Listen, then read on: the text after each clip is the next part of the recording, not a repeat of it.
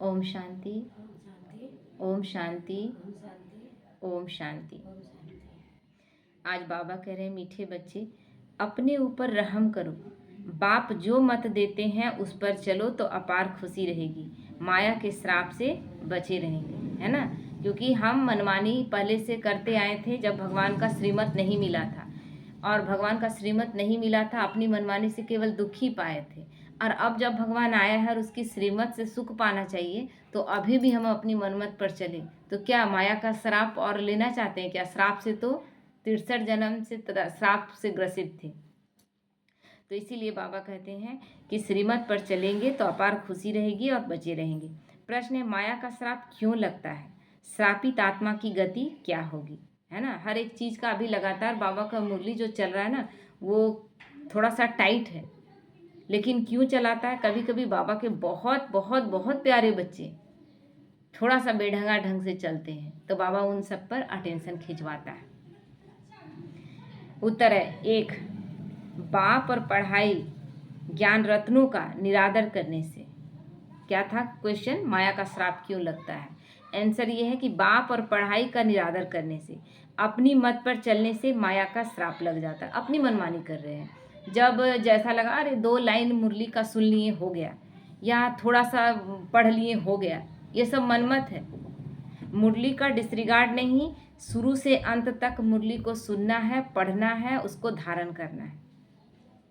अपनी मत पर चलने से माया का श्राप लग जाता है। दूसरा है आसुरी चलन। दैवी गुण धारण नहीं करते तो अपने पर बेरहमी करते हैं, क्योंकि यहाँ पर प्रैक्टिकल जो करना है प्रैक्टिकल करना है। क्योंकि उसमें जब हम भक्ति मार्ग में थे तो बहुत कुछ सुन रहे थे, पढ़ रहे थे, रामायण सुनते सुनते आंखों में आंसू आ जाता था, और हम दिखाते थे कि हम बहुत सेंसिटिव हैं और बहुत ज़्यादा मतलब राम को पसंद करते हैं, राम की मर्यादाओं को पसंद करते हैं, लेकिन रोते थे। उस मर्यादा पे चलने का कोशिश कभी प्रैक्टिकल में कोशिश नहीं की। क्यों नहीं कर सकते थे हम लोग, है ना। केवल राम बहुत अच्छा किए, राम ने बहुत दुख पाया, सीता ने बहुत दुख पाया, अरे ठीक है दुख पाया, लेकिन फिर भी अपनी मर्यादा नहीं छोड़ा। क्या हमें ये सीखना चाहिए था ना? लेकिन हम सीखे नहीं। हम दिखाते हैं कि नहीं हम उस चीज़ को बहुत कदर करते हैं। यहाँ भगवान हमें प्रैक्टिकल करवा रहा है, यहाँ कुछ भी नहीं है, इसीलिए यहाँ वो ज़्यादा लंबा चौड़ा ज्ञान नहीं देता। सिर्फ 3 पेज की मुरली रहती है, वो भी साधारण सरल शब्दों। तो इसीलिए बाबा कहते हैं आसुरी चलन है, दैवी गुण धारण नहीं करते तो अपने पर बेरहमी करते हैं। बुद्धि को ताला लग जाता है, वो फिर बाप की दिल पर नहीं चढ़ सकते। अगर आप अपनी मनमात पर चलते जाते हैं तो एक समय ऐसा आता है कि आप बुद्धि पर ताला ऐसा लग जाता है ना कि ना ज्ञान समझ में आता है, ना आपको मुरली सुनने का मन करता है, ना आपको योग में बैठने का मन करता है, ना आपको किसी को ज्ञान सुनाने का मन करता है। जैसे कि कभी बाबा बोलता है ना, हर चीज़ से वैराग्य करो, तो हमें ज्ञान और योग से ही वैराग्य हो जाता है, भगवान से ही वैराग्य हो जाता है। तो फिर बाबा कहते हैं वैसे बच्चे फिर बाबा के दिल पर नहीं चढ़ते। ओम शांति। रूहानी बच्चों को यह तो अब निश्चय है कि हमको आत्माभिमानी बनना है और बाप को याद करना है। माया रूपी रावण जो है वो श्रापित और दुखी बना देता है। श्राप अक्षर ही दुख का है। श्राप कहने का मतलब श्राप सुनते ही कैसा मन हो जाता है, तो श्राप अक्षर ही दुख का है, वर्षा अक्षर सुख का है। जो बच्चे वफादार फरमान बरदार हैं वह अच्छी रीति जानते हैं, और जो नाफरमान बरदार है वह बच्चा बाबा का है ही नहीं। आज बाबा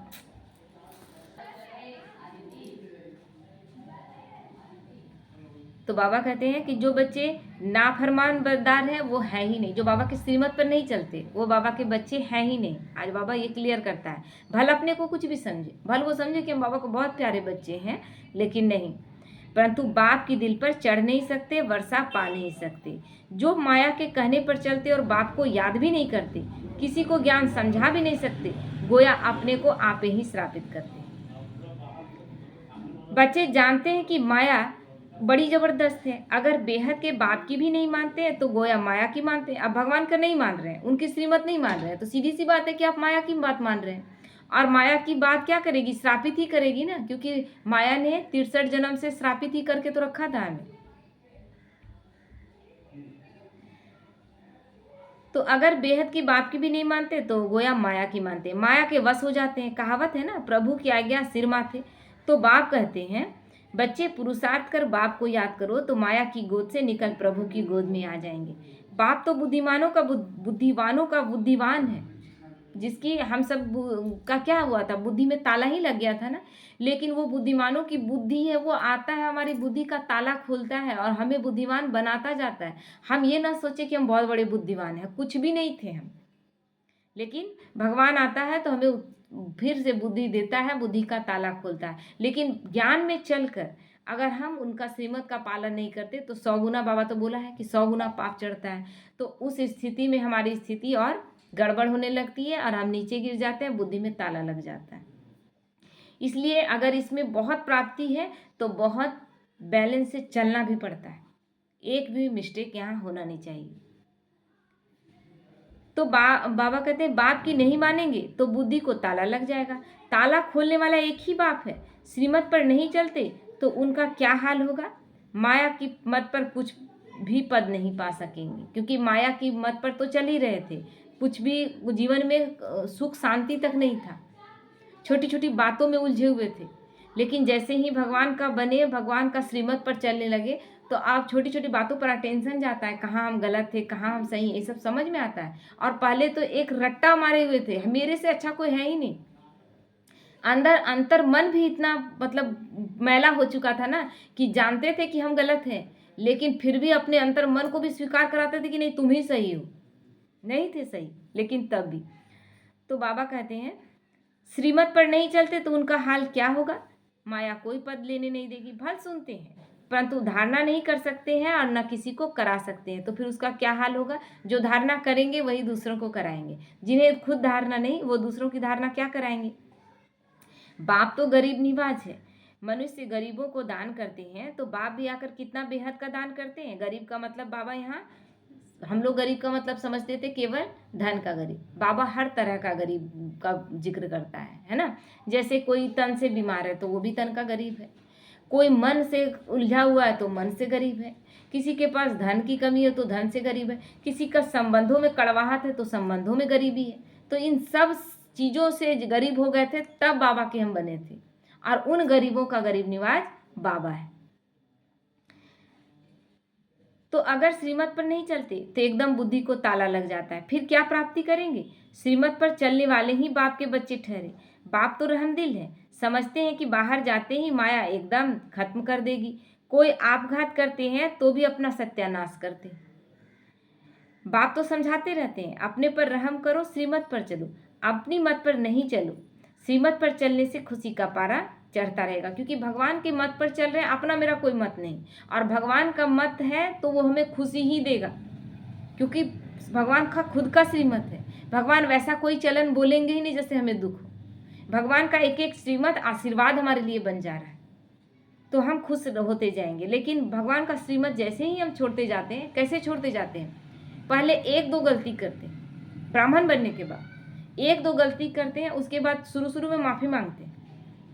फिर क्या होता है कि फिर गलती कितना माफ़ी मांगेंगे, फिर वो माफ़ी मांगना बंद हो जाता है। और जब माफ़ी मांगना बंद हो जाता है उसके बाद जो आप मिस्टेक करना शुरू करते हैं, ये फिर आपका संस्कार पक्का होता जाता है। जैसे एक छोटे बच्चे को आप अच्छा समझा रहे थे तो ठीक था, अब नहीं समझाना छोड़ दिए, वो बड़ा होता गया और उसमें संस्कार बुराई का पड़ता गया। अब बाद में उसको समझाएंगे तो उसमें कोई, अब बड़ा हो गया, शराब पीना शुरू कर दिया, जुआ खेलना शुरू कर दिया, एकदम उसमें पक्का हो गया, अब उसको समझाने से कोई असर नहीं हो रहा है। वही स्थिति यहाँ भी है। ब्राह्मण बनने के बाद अटेंशन का कमी और बीच बीच में आप भगवान श्रीमत को छोड़कर माया के मत पे चलते जाते हैं, उस तरफ फिर पक्के हो जाते हैं। एक ये था कलयुगी संस्कार, उसमें आप पक्के थे, वहां से भगवान निकाल कर आपको तैयार कर रहा था। और अब यहाँ पर ब्राह्मण बनने के बाद फिर ये कड़ा संस्कार, ये और कड़ा संस्कार, फिर उसमें आप चेंजिंग नहीं कर पाते। तो बाबा कहते हैं कि अगर श्रीमत पर नहीं चलते तो एकदम बुद्धि को ताला लग जाता है। तो बाबा कहते हैं श्रीमत पर चलने से खुशी का पारा चढ़ेगा। लक्ष्मी नारायण की शक्ल देखो कैसी खुशनुमा है।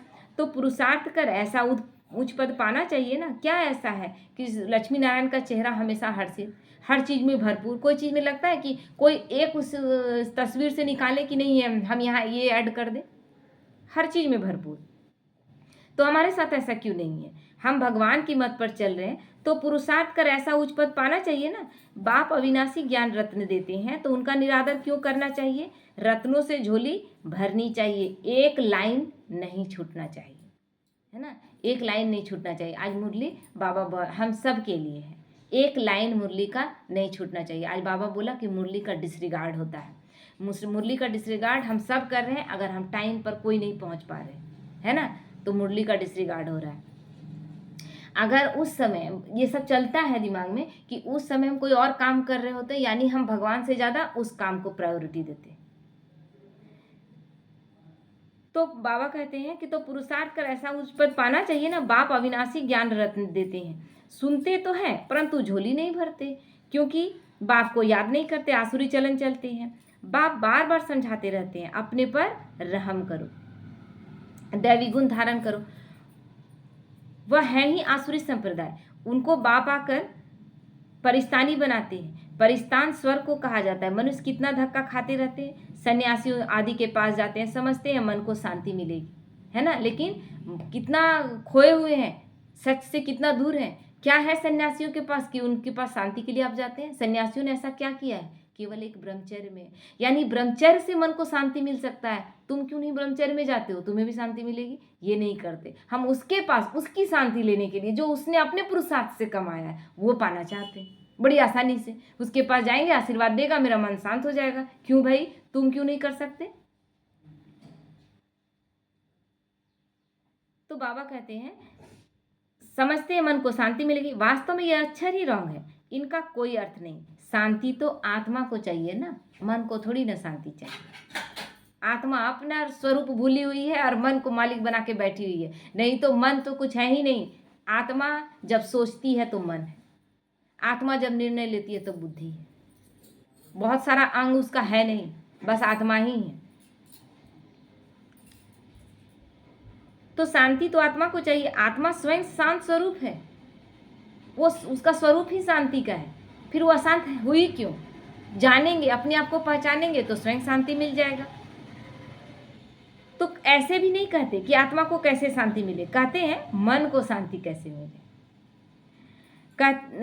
अब मन क्या है, बुद्धि क्या है, आत्मा क्या है, कुछ भी नहीं जानते। जो कुछ कहते अथवा करते हैं वह सब है भक्ति मार्ग, क्योंकि भक्ति मार्ग के अनुसार जो हम पढ़े थे लिखे थे उसके अनुसार चल रहे हैं। लेकिन भगवान यहाँ सारा हमारा ज्ञान ही बदल के रख दिया ना, क्योंकि भगवान ने सच्चा ज्ञान आकर दिया। सारे झूठे ज्ञान अब समझ में आते हैं कि उससे प्राप्ति कुछ भी हो भी नहीं रहा था। तो भक्ति मार्ग वाले सीढ़ी नीचे उतरते उतरते तमो प्रधान बनते जाते हैं। भले किसी को बहुत धन मिला, बहुत धन प्रॉपर्टी आदि है, परंतु है तो फिर भी रावण राज्य ना। मान लीजिए आपके पास बहुत धन है, बहुत बड़ा घर है, गाड़ी बंगला सब कुछ है, लेकिन आपके पास एक ऐसी बीमारी है जिसका कोई इलाज नहीं, ये रावण राज्य है ना। आपके पास धन हो सकता है तो आपके पास स्वास्थ्य नहीं, स्वास्थ्य हो सकता है तो आपके पास अच्छा धन नहीं। मतलब किसी न किसी चीज में आप यहाँ रोने वाली स्थिति में रहेंगे। सीजन ही ये चल रहा है। बाबा बोलता है ना, सीजन ही है रावण का। तुम बच्चों को चित्रों पर समझाने की भी बहुत अच्छी प्रैक्टिस करनी है। बाप सब सेंटर्स के बच्चों को समझाते रहते हैं, नंबरवार तो है ना। कई बच्चे राजाई पद पाने का पुरुषार्थ नहीं करते तो प्रजा में क्या जाकर बनेंगे। हम राजा बनने की कोशिश जरूर करें। स्टूडेंट क्या करता है, फर्स्ट आने की कोशिश करता है। भले फर्स्ट ना आके सेकंड थर्ड कुछ आ सकता है, लेकिन फर्स्ट आने का कोशिश ही नहीं करे, थर्ड आने का कोशिश करे तो फेल हो जाएगा। हमें कोशिश, लक्ष्य क्या रखना चाहिए, ऊंचा, जितना ऊंचे से ऊंचा लक्ष्य रखना है। तो बाबा कहते राजा बनने का ही पुरुषार्थ नहीं कर रहे तो प्रजा तक में भी नहीं आएंगे। तो सेवा नहीं करते, अपने पर तरस नहीं आता कि हम क्या बनेंगे।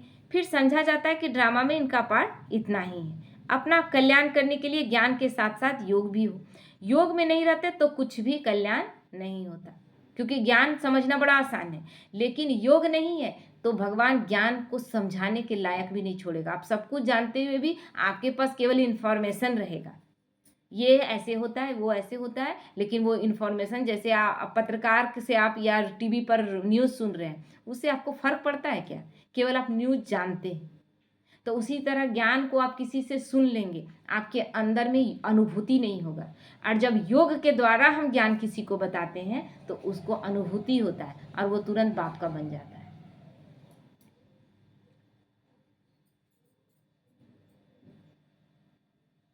तो योग बिगर पावन बन नहीं सकते। ज्ञान तो बहुत सहज है, परंतु अपना भी कल्याण करना है। योग में न रहने से कुछ भी कल्याण नहीं हो सकता। योग बिगर पावन कैसे बनेंगे? क्योंकि योग से ही मन बुद्धि पावन होगा। ज्ञान से समझ में आया कि योग लगाना कैसे है, अब योग से अपने मन को पावन बनाना है, क्योंकि 63 जन्म से मन अशुद्ध अपवित्र बना हुआ है। और अब किसकी याद से बनना है पावन? एक बाप की याद और कुछ भी नहीं। बाबा कहता है और कुछ भी नहीं, एक बाप की याद। तो ज्ञान अलग चीज है और योग अलग चीज है। योग में बहुत कच्चे हैं, याद करने का अकल ही नहीं कि कैसे याद करना है।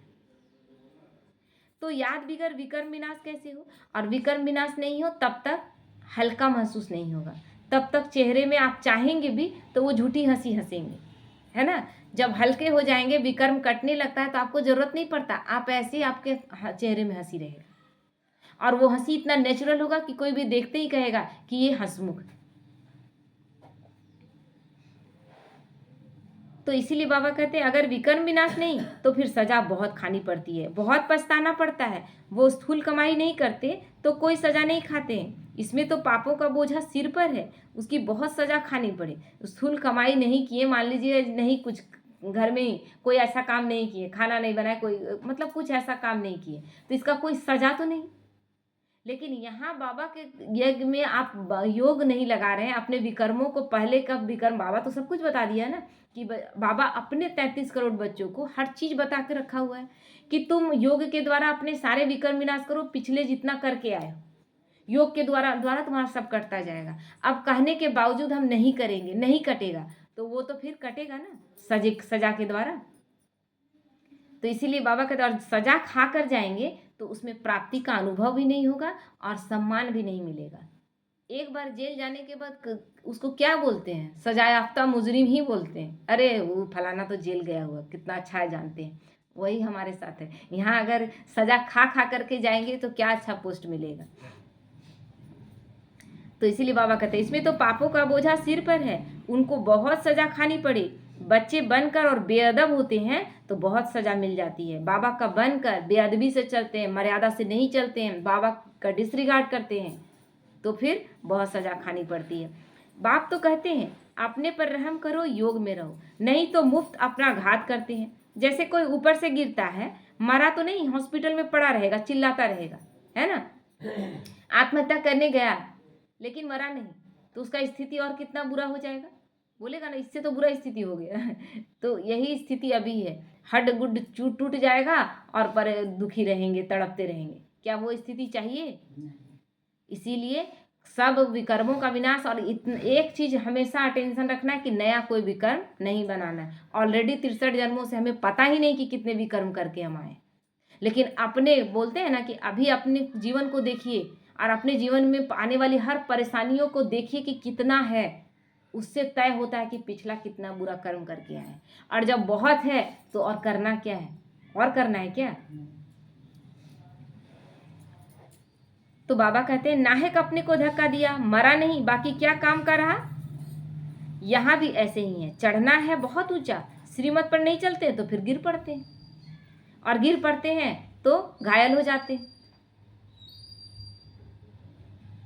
तो आगे चलकर हर एक अपने पद को देख लेंगे कि हम क्या बनते हैं। जो सेवाधारी आज्ञाकारी होंगे वही उच्च पद पाएंगे, नहीं तो दास दासी आदि जाकर बनेंगे। फिर सजा भी बहुत कड़ी मिलेगी। उस समय दोनों जैसे धर्मराज का रूप बन जाते हैं। उस समय बाबा भी, शिव बाबा तो है ही, और ब्रह्मा बाबा भी धर्मराज के रूप में, क्योंकि सब क्या होंगे, बोला गया था ना, गुलजार दादी बोल रही थी कि हम लोग भी उसमें होंगे जिसमें तय होगा थी का, तो हाँ वो जजमेंट करेंगे उसमें, मतलब याद नहीं आ रहा है वर्ड हमको, तो उसमें दादी भी होगी, है ना। तो बोली, बहन बोली कि दादी हम लोग का पक्ष लेंगे ना। तो बोले नहीं, उस समय मेरा रोल एक वकील के रूप में, मतलब जिरह करने का, हम बात सबका एक समान हमको रखना है। ऐसे नहीं कि हम किसी का, ये बहन बहुत अच्छी थी, उस समय वो रोल मेरा नहीं रहेगा। जैसे कि एक जज है तो उसका बेटा कभी अगर कटघरे में खड़ा है तो उस समय बेटा नहीं है, उस समय मुजरिम है, तो वो स्थिति होगी। तो बाबा कहते हैं हर एक अपना पद देखे कि कौन सा पद मिलेगा। जो सेवाधारी आज्ञाकारी होंगे वही उच्च पद पाएंगे, नहीं तो दास दासी आदि जाकर बनेंगे। फिर बाबा तो धर्मराज का रूप, बाबा भी और शिव बाबा भी और ब्रह्मा बाबा भी दोनों धर्मराज के रूप में होंगे, परंतु बच्चे समझते नहीं हैं और भूले करते रहते हैं।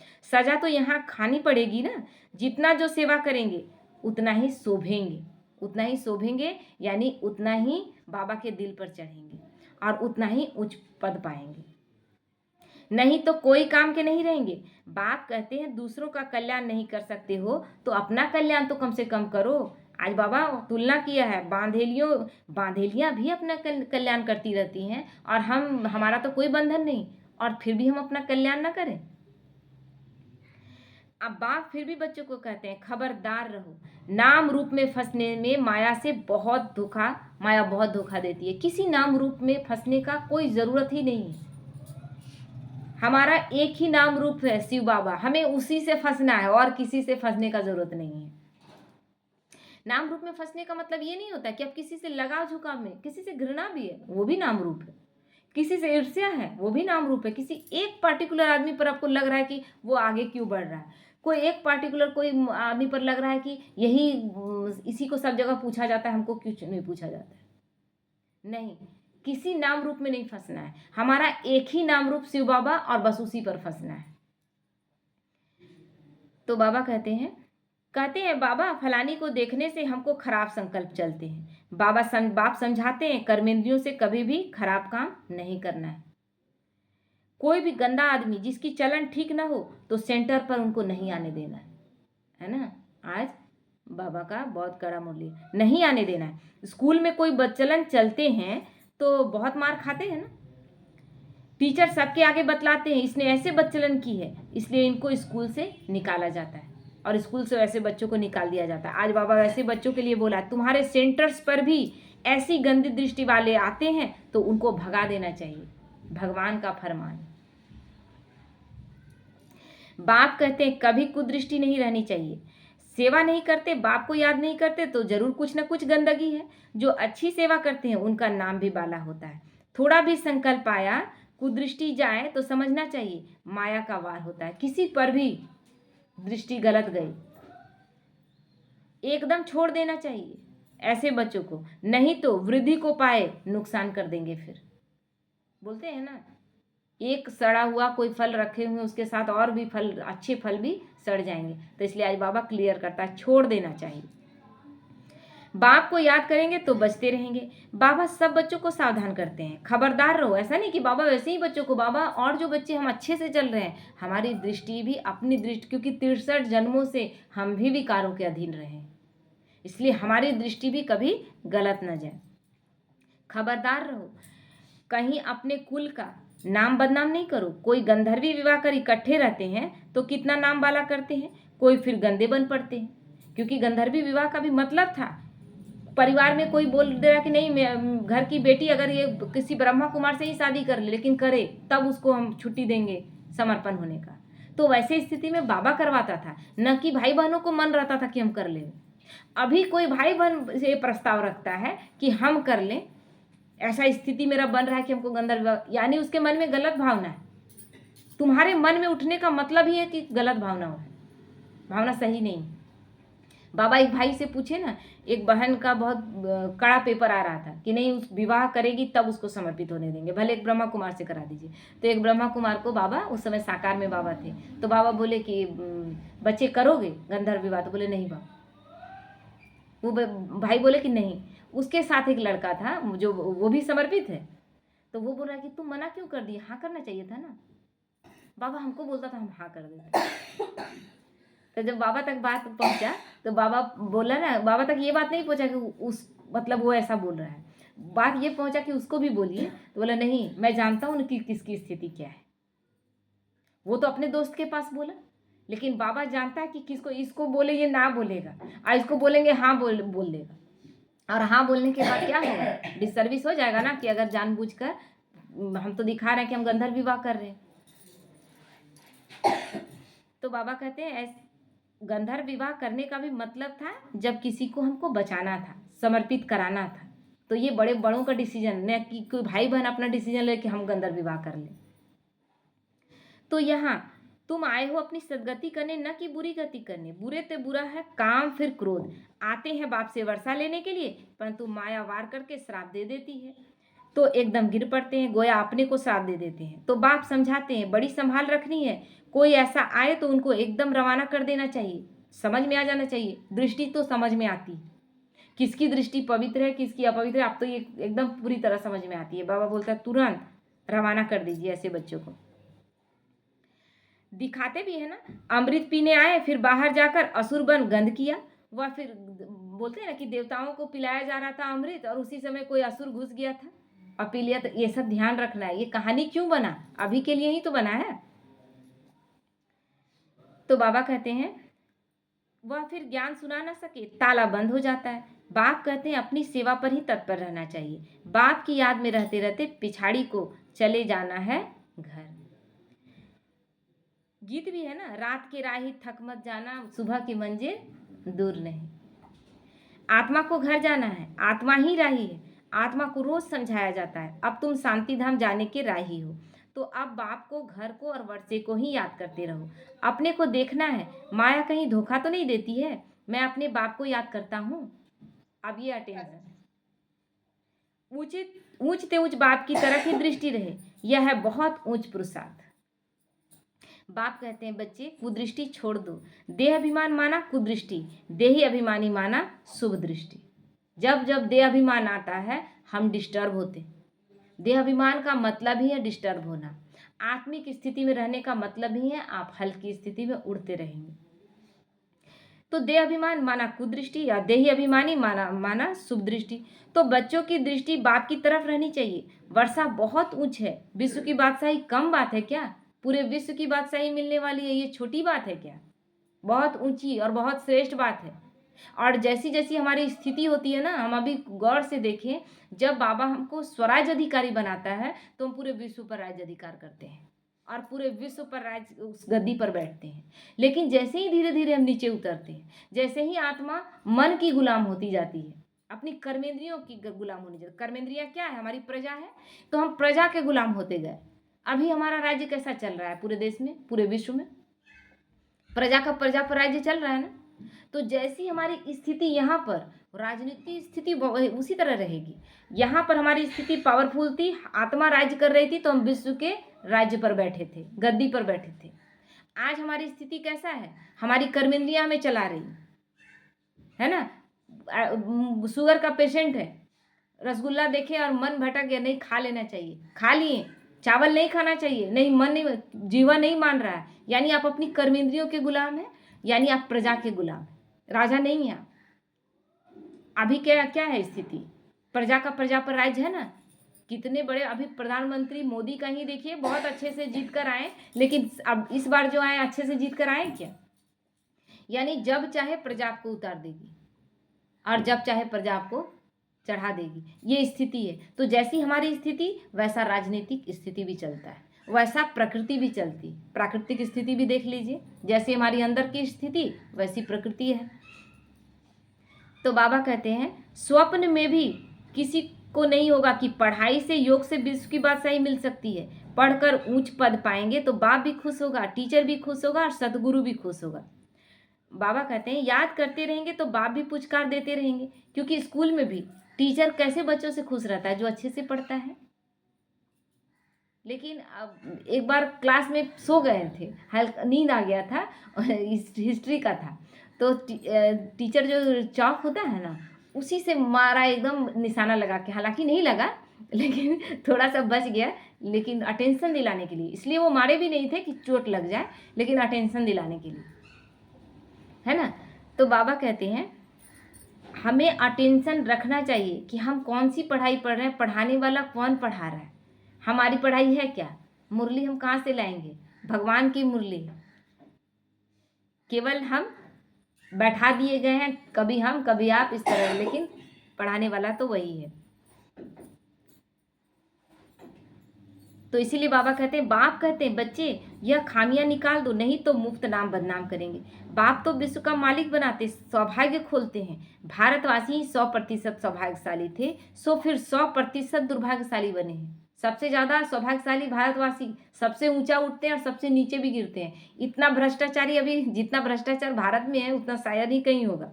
फिर तुमको सौभाग्यशाली बनाने के लिए ही पढ़ाया जाता है। बाबा ने समझाया है धर्म के जो बड़े बड़े हैं वह भी तुम्हारे पास आएंगे। बोलिए 69 से पहले की ये साकार मुरलियां हैं। उस समय बाबा बोला था आज तो सारे बड़े बड़े सन्यासी आ रहे हैं, योग सीख कर जाएंगे। सब कुछ बाबा का महावाक्य, भगवान का महावाक्य सब हो रहा है ना। म्यूजियम में जो टूरिस्ट आते हैं उनको भी तुम समझा सकते हो। अब स्वर्ग के गेट्स खुलने हैं, झाड़ पर समझाओ, देखो तुम फलाने समय पर आते हो। सबसे बड़ा तो कल्प वृक्ष का है जिसमें दिखाएंगे कि सब धर्म, जो क्रिश्चियन आए तो उसको बताइए कि आप कब आते हैं, मुस्लिम आए तो उसको बताइए कि आप कब आते हैं। उसमें तो सब धर्म का क्लियर दिया हुआ है। भारतवासियों का पाठ फलाने समय पर है। तुम यह नॉलेज सुनते हो, फिर अपने देश में जाकर बताओ कि बाप को याद करो तो तमो प्रधान से सतो प्रधान बन जाएंगे। योग के लिए तो वह चाहना रखते हैं, विदेशी भी है ना, तो योग सीखना चाहते हैं, उसके लिए तो आते हैं स्पेशल। हठ योगी सन्यासी दोनों को योग सिखला ना सके, तुम्हारी मिशन भी बाहर जाएगी। समझाने की बड़ी युक्ति चाहिए। उस समय बाबा बोला था मिशन बाहर जाएगी, आज तो 140 देशों में चल रहा है। धर्म के जो बड़े बड़े हैं उन्हों को आना तो है। तुमसे कोई एक भी अच्छी रीति या नॉलेज ले जाए तो एक से कितने ढेर समझ जाए। एक की बुद्धि में आ गया तो फिर अखबारों आदि में भी डालेंगे। यह भी ड्रामा में नूर है, आज तो हर जगह हर किसी के मुख में है। अभी अमित शाह गए थे तो जितना बात रखे उसमें प्रत्यक्षता नहीं हो रहा है क्या। बड़े बड़े नेता आ रहे हैं, प्रधानमंत्री के बाद अभी गृह मंत्री भी आए, तो प्रत्यक्षता हो रहा है ना। और सबसे बड़ी बात है कि हमारे देश की राष्ट्रपति ही ज्ञान में चल रही है। तो नहीं तो बाप को याद करना कैसे सीखे। बाप का परिचय तो सबको मिलना है, कोई ना कोई निकलेंगे। म्यूजियम में बहुत पुरानी चीजें देखने जाते हैं, यहाँ फिर तुम्हारी पुराना ज्ञान सुनेंगे। कितना पुराना ज्ञान है ये। ढेर आएंगे, उनसे कोई अच्छी रीति समझेंगे, यहाँ से ही दृष्टि मिलेगी। या तो मिशन बाहर जाएगी, तुम कहेंगे बाप को याद करो तो अपने धर्म में उच्च पद पाएंगे। पुनर्जन्म लेते लेते सब नीचे आ गए हैं।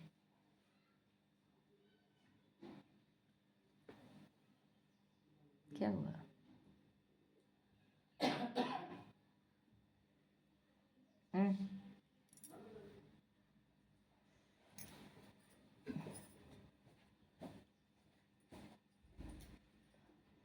आवाज जा रहा है सबको?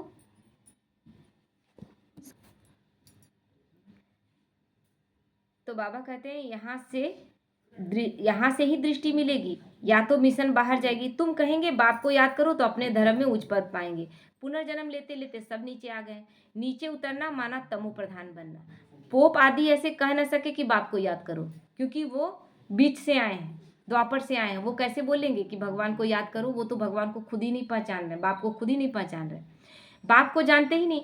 तुम्हारे पास बहुत अच्छा ज्ञान है, चित्र भी सुंदर बनते रहते हैं। सुंदर चीज होगी तो म्यूजियम और ही सुंदर होगा, बहुत आएंगे देखने के लिए।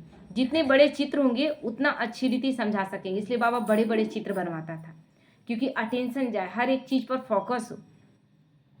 शौक रहना चाहिए कि हम ऐसे समझाएं। सदा तुम्हारी बुद्धि में रहे कि हम ब्राह्मण बने हैं तो जितनी सेवा करेंगे उतना बहुत मान होगा, है ना। लेकिन मान सान के लिए हमें नहीं करना है।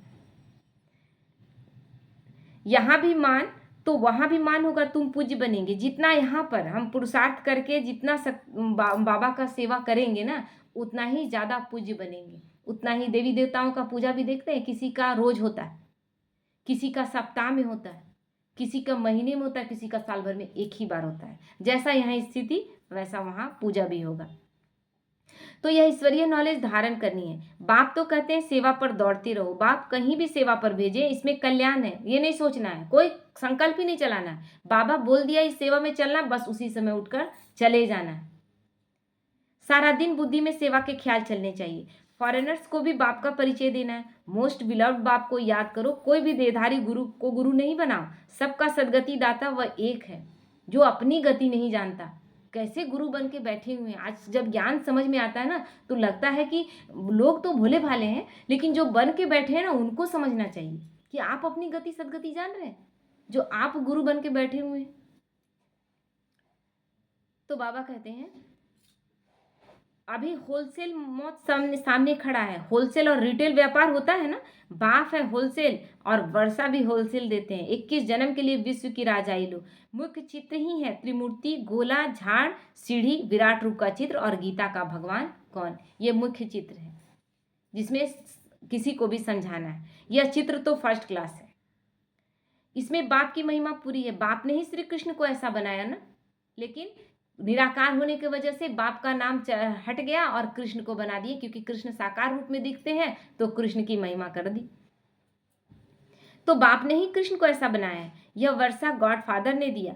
कलयुग में इतने ढेर मनुष्य है, सतयुग में थोड़े हैं। यह फेर घेर अदली बदली किसने की? इतना जो अदली बदली है, तो बाबा कहते हैं ये किसने की? जरा भी कोई नहीं जानते कि पूरा कलयुग को बदल कर सतयुग बना दिया। ये कौन कर सकता है? भगवान के अलावा कोई कर सकता है क्या? जरा भी ये कोई नहीं जानते। तो टूरिस्ट बहुत बड़े बड़े शहरों में आते हैं, वह भी आकर बाप का परिचय पाएंगे। पॉइंट्स तो सर्विस की बहुत मिलती रहती है। विलायत में भी जाना है, एक तरफ तुम बाप का परिचय देते रहेंगे और दूसरे तरफ मारामारी चलती रहेगी। इसीलिए ये दिखाया था कि महाभारत का लड़ाई हो रहा है ना, सेनाएं आपस में गुथी हुई हैं और बीच में कृष्ण अर्जुन को ज्ञान दे रहे हैं। तो उसमें क्या दे दिया गया कि लड़ाई रुका हुआ था। लड़ाई रुका हुआ नहीं है, छिटपुट लड़ाइयां होती जा रही हैं और भगवान का ज्ञान चल रहा है। तो सतयुग में थोड़े मनुष्य होंगे तो जरूर बाकी का विनाश होगा ना। वर्ल्ड की हिस्ट्री ज्योग्राफी रिपीट होती है। जो हो गया वही फिर रिपीट होगा। कल्प कल्प वही फिर रिपीट होता है। इसी तरह इसी वक्त आप लोग बैठे थे और इसी तरह सुन रहे थे और हम निमित्त बनकर सुना रहे थे। कल्प बाद इसी तरह फिर वही रिपीट होगा। तो जो हो गया वो फिर रिपीट होगा, परंतु किसी को समझाने का भी अक्ल चाहिए ना। अच्छा, मीठे मीठे सिक्की लदे बच्चों प्रति माता पिता बाप दादा का याद प्यार और गुड मॉर्निंग। रूहानी बाप की रूहानी बच्चों को नमस्ते। हम रूहानी बच्चों की रूहानी माता पिता बाप दादा को याद प्यार, गुड मॉर्निंग और नमस्ते नमस्ते। शुक्रिया। धारणा के लिए मुख्य सार है, सदा एक बाप की तरफ ही दृष्टि रखनी है, किसी और पर नहीं, है ना। आज बाबा का मुरली में पूरा कड़ाई है, क्योंकि बाबा एक चीज़ कहता है कि यहाँ हमें प्रैक्टिकल वो ज्ञान दे रहा है। हमें उस ज्ञान को प्रैक्टिकल अपने जीवन में धारण करना है। हम भक्ति मार्ग में बहुत सारी चीज़ें सुनकर और कर्ण रस लेकर बहुत कुछ सुनते रहे हैं और सुनकर बोलने वाले भी बन गए, अच्छे अच्छे वक्ता भी बन गए, लेकिन उसका कोई मतलब नहीं जब तक मेरे प्रैक्टिकल जीवन में दिखे नहीं वो चलन। तो यहाँ इसीलिए बाबा कहते हैं दैवी चलन दिख रहा है, अपना अटेंशन दो। देही अभिमानी बनने का पुरुषार्थ कर माया के धोखे से बचना है। कभी कुदृष्टि रखकर अपने कुल का नाम बदनाम नहीं करना है। किसी के प्रति कोई दृष्टि में कुछ भी नहीं। दृष्टि में केवल बाबा रहेगा तो दृष्टि बुरा होगा ही नहीं। किसी के प्रति दृष्टि रखने की जरूरत क्या है? मैं और मेरा बाबा। कभी कुदृष्टि रखकर अपने कुल का नाम बदनाम नहीं करना है। सेवा के लिए भाग दौड़ करते रहना है। जैसे ही बाबा बोल दिया सेवा के लिए, बाबा बोल दिया का मतलब कोई निमित्त द्वारा जब भी रखा गया कि सेवा बस करना है, कोई संकल्प नहीं चलाना है। जहाँ जाते थे ना, कोलकाता में एक सेंटर में, बहुत बड़ा सेंटर में देखे कि एक माता आती है बहुत अमीर घर की, बहुत अमीर घर की, बहुत बड़ी गाड़ी से उतरती है। वो आते ही, क्योंकि ज़्यादा पढ़ी लिखी नहीं है, और आते ही बस वो किचन में चली जाती है। जितना सारा बर्तन बहन लोग रखी हुई है, धोती है, कपड़ा धोती है, उसको कोई मतलब जो कहते हैं ना, कोई भान नहीं है कि हम कितना बड़े घर की। हम तो अगर बताया नहीं जाता तो हमको पता ही नहीं चलता कि वो उतना अमीर घर की है। उतना सारा सेवा करके चुपचाप, किसी से कोई ज़्यादा बातचीत नहीं, अपना मुरली सुनना है, सेवा करना है और चुपचाप फिर गाड़ी में बैठना, चले जाना। उसके लिए गाड़ी तैयार रहता है। कोई संकल्प नहीं। क्यों कराया गया? कोई हमको करा दे रहा है, बस मेरे से सेवा लिया जा रहा है, कुछ नहीं। बस वो जानती है कि हम बहुत कुछ नहीं कर सकते, हम मुरली नहीं पढ़ते, सेवा ये सब नहीं कर सकते। ये सेवा तो कर सकते हैं ना, बस आती है, करती है, चली जाती है। तो बाबा कहते हैं सेवाधारी और आज्ञाकारी बनना है, अपना और दूसरों का कल्याण करना है। कोई भी बदचलन नहीं चलनी, कोई ऐसा चलन नहीं चलना है जिसको बदचलनी का नाम दिया जाए। वरदान है, फुल स्टॉप की स्टेज द्वारा प्रकृति की हलचल को स्टॉप करने वाले मास्टर प्रकृति भव। वर्तमान समय हलचल बढ़ने का समय है ना। फाइनल पेपर में एक तरफ प्रकृति का और दूसरी तरफ 5 विकारों का विकराल रूप होगा। बाबा बोलता है हर एक चीज को, अपने अंदर के 5 विकारों को पूरी तरह से समाप्त करो। अंश मात्र भी रहेगा तो वो विकराल रूप ले लेगा। और एक छोटी सी बात, लोग कहते थे ना, अरे छोटी छोटी बातों में हम थोड़ा चिड़चिड़ा जाते हैं, वो चिड़चिड़ापन विकराल रूप ले लेगा। इसीलिए हर एक चीज़ को ख़त्म कर देना है अभी। बाबा इसलिए बोलता है ना, जलाकर भस्म कर दो। तो ये पांचों विकार, एक तरफ पांचों विकार और एक तरफ प्रकृति उग्र रूप से आएगी, तो सब एक तरफ से मतलब चारों तरफ से सामना करेगी। उस समय कैसा रहेगा स्थिति? तो हम पावरफुल रहेंगे तब तो उसका सामना करेंगे ना। तो तमोगुनी आत्माओं का वार और पुराने संस्कार सब लास्ट समय पर अपना चांस लेंगे। जिस जिस चीज़ों से हम पुराने संस्कारों से लगता था जीत गए हैं, अब वो हमला नहीं करेंगे। नहीं, जिन चीज़ों से आप जीत गए, जो क्वेश्चन पार कर चुके हैं। कभी कभी क्या होता है, टेन में 8 का 9 का भी क्वेश्चन आ जाता है। अगर आपका प्रैक्टिस नहीं सदा रहा है तो आप उसमें फेल कर जाएंगे। तो ऐसा यहाँ भी होगा। जिन पेपर को आप पास करके सोच रहे हैं कि अब वो पेपर ख़त्म हो चुका, नहीं, वो पेपर्स भी आ सकते, क्योंकि कहीं बाबा को कहीं एक जरा सा नहीं रहना चाहिए, तब जाकर वो ले जाएगा। मतलब विष्णु का मतलब क्या है, अंश मात्र भी विष का अंश नहीं रहे तब वो ले जाएगा। सतयुग में एंट्री होने का मतलब ही है अंश मात्र भी नहीं, यानी कना दाना बराबर भी नहीं। तो इसीलिए अपना चेकिंग करना है कि कितना मेरे अंदर रहा हुआ, कितना हमको समाप्त करना है, एकदम पूरी तरह से समाप्त करना है। अगर सतयुग जाना है तो वो अपना चांस लेंगे। ऐसे समय पर समेटने की शक्ति द्वारा अभी अभी साकारी, अभी अभी आकारी और अभी अभी निराकारी स्थिति में स्थित होने का अभ्यास चाहिए। तो बाबा इसके लिए बहुत ड्रिल करवाया। बाबा बहुत मेहनत करता है, ऐसा नहीं, बाबा अपने बच्चों के लिए इतना मेहनत करता है। आपका साधारण लौकिक टीचर कितना मेहनत करेगा, एक्स्ट्रा क्लास लेता भी है अगर स्कूल में ना, तो बहुत घुसा घुसा के लेता है। उसको टाइम लगता है कि स्कूल में भी टाइम दो, और एक्स्ट्रा क्लास बच्चे जो कमज़ोर हैं उसको एक्स्ट्रा क्लास देता है, तो बस बहुत दुखी होकर लेता है, कभी कभी नहीं भी लेता है। लेकिन भगवान इतना सारा चीज़ करा रहा है ताकि मेरे बच्चे परफेक्ट हो जाएं। अब हम नहीं होंगे तो इसमें हमारी गलती है। तो देखते हुए ना देखो, सुनते हुए ना सुनो।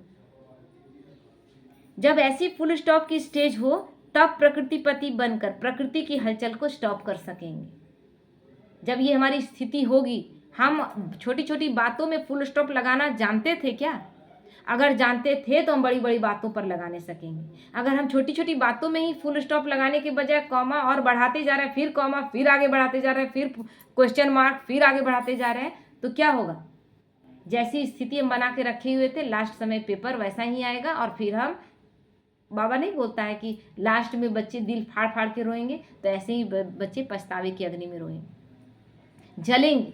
बाबा के बच्चे, वो बच्चे नहीं जिन्होंने जाना ही नहीं, जिन्होंने स्वीकार ही नहीं किया कि भगवान आया हो, वो तो केवल 1 सेकंड के लिए जानेंगे और मुक्त हो जाएंगे। लेकिन हमने सब कुछ जानते बूझते भी हमने प्रैक्टिकल अप्लाई नहीं किया अपने जीवन में, हम पछतावे की अग्नि में जलेंगे। और ब्राह्मणों के लिए वो अग्नि उस अग्नि से ज़्यादा तेज होगा। ये भगवान के महावाक्य। स्लोगन है, निर्विघ्न राज अधिकारी बनने के लिए निर्विघ्न सेवाधारी बनो, है ना। वहाँ कोई विघ्न ना आए, उसके लिए यहाँ ऐसी सेवा हो कोई विघ्न नहीं। विघ्न नहीं आने का मतलब, विघ्न कहाँ से आता है? अपने अंदर से। कोई आपको विघ्न नहीं लाता। मैं मेरापन सबसे बड़ा विघ्न है। किसी ने कुछ कहा और हमको तकलीफ लगा, ये मैं मेरापन है। उसने कहा इसलिए मेरा विघ्न नहीं आया। मेरे अंदर की कमी कमजोरी ने विघ्न लाया। मुझे किसी ने इंसल्टिंग फील कराया नहीं, इंसल्ट मैंने फील किया। ये मेरी कमी थी कि मैंने इंसल्ट फील किया, किसी ने कराया नहीं। मेरे अंदर ये फीलिंग थी तो बाबा ने उस आत्मा के द्वारा ये फीलिंग कराकर दिखाया कि देखो बच्चे, तुम्हारे अंदर फीलिंग है ना। तो ये स्थिति जब हमारी हो जाएगी, यहाँ निर्विघ्न, यानी कोई बात का हमको फर्क नहीं पड़ेगा, तब हम वहाँ निर्विघ्न यानी ऐसा राज करेंगे, निष्कंटक राज। और निष्कंटक राज केवल 21 जन्म है। द्वापर के बाद में विघ्न आते हैं, और जो अभी बाबा के बच्चे लड़ लड़कर विघ्नों से शक्तिशाली स्थिति से पार करते हैं, द्वापर के बाद विघ्नों से लड़कर वो बच्चे भी पार करेंगे। अव्यक्त इशारा है, कंबाइंड रूप की स्मृति से सदा विजयी बनो। सदा यही स्मृति रहे कि मैं रूह, सुप्रीम रूह के साथ कंबाइंड हूँ। सुप्रीम रूह मुझ रूह के बिना रह नहीं सकते, और मैं भी सुप्रीम रूह के बिना अलग नहीं हो सकता। शिव के बिना शक्ति अधूरा, और शक्ति के बिना शिव अधूरा। कभी सुने हैं शिव शक्ति को अलग करके देखें? शिव शक्ति नहीं है तो शिव किस लिए आएंगे इस दुनिया में? और शक्ति बिना शिव के शक्ति कैसे हो सकती? किस शक्ति से वो शक्ति कहलाए? शिव की शक्ति से ही तो शक्ति कहलाती है। तो दोनों एक दूसरे के पूरक हैं। तो ऐसे हर सेकेंड हुजूर को हाजिर अनुभव करने से रूहानी खुशबू में अविनाशी और एक संग रहेंगे, एक रस रहेंगे, हमेशा बाबा के साथ कंबाइंड, हर स्थिति में, हर काम में, हर बात में। कोई न रहे तो बाबा को बैठा कर बाबा से ही बात करना है, हर बात बाबा से शेयर करना है। आप किसी से शेयर करने का मन करता है, लगता है कि इसको शेयर करेंगे ना तो ये लंबा चौड़ा पूछेगा, ये ऐसा कैसे हुआ वैसे, बाबा पूछेगा नहीं, बाबा को हमको केवल बताना है, इसलिए अब लंबा नहीं खींचते। ठीक है, ओम शांति।